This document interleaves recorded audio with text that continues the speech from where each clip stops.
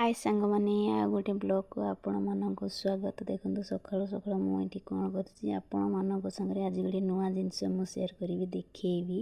देखो तो एटा तो मु साग बसछि किंतु से जिनसटा आपण मानक निश्चिंत देखैबी। देखंतु ये जिनसटा कोन किंतु फूल भलिया देखा होछि किंतु कोन की फूल एटा आपण माने निश्चिंत देखिकी जणैबी।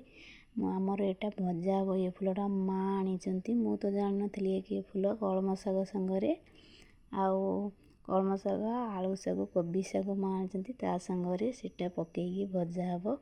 देखो धला धला किंतु सुंदर देखा कि फूल आपण मैंने निश्चिंत कमेंट रे जनइबे। मु तो एबे बाछिकी सफा करी जीवी एबे भाजियापाई किंतु आपण मैंने देखिले कमेंट सेक्शन रे निश्चिंत आपण मैंने जनइबे। देखो मुझे गली रोषे करने आ गोटे शाग भजा संगे आ गोटे लंच टाइम गोटे तरकारी करी। देखो सी तरकारीटा कोबी आलू बैगन टमाटर ता संगे भी बड़ी मु पकईची। बड़ी पकईले जेहेतु टेस्ट भल लगे से बड़ी दीटा ता संगे मु ऐड करी।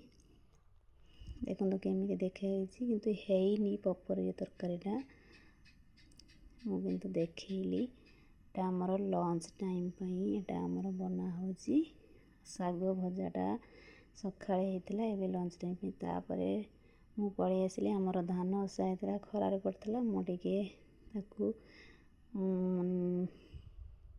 देखा पलि आसली सुखिला कि कौन कला टे आसी हाथ बुलेदेली धान रे।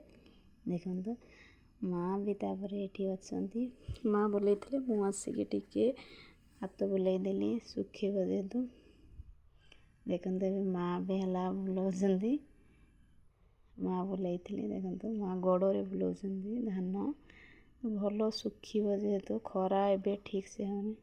तापर मु पलि आसली आमर बाड़ी बरकोली जो लुण दे माँ रखी मत इच्छा लगा टे कोली खाइबी तापर पलि आसली पानी पड़गला जेहेतु लुण पानी सब माँ कहले पानी सब पकईदेला।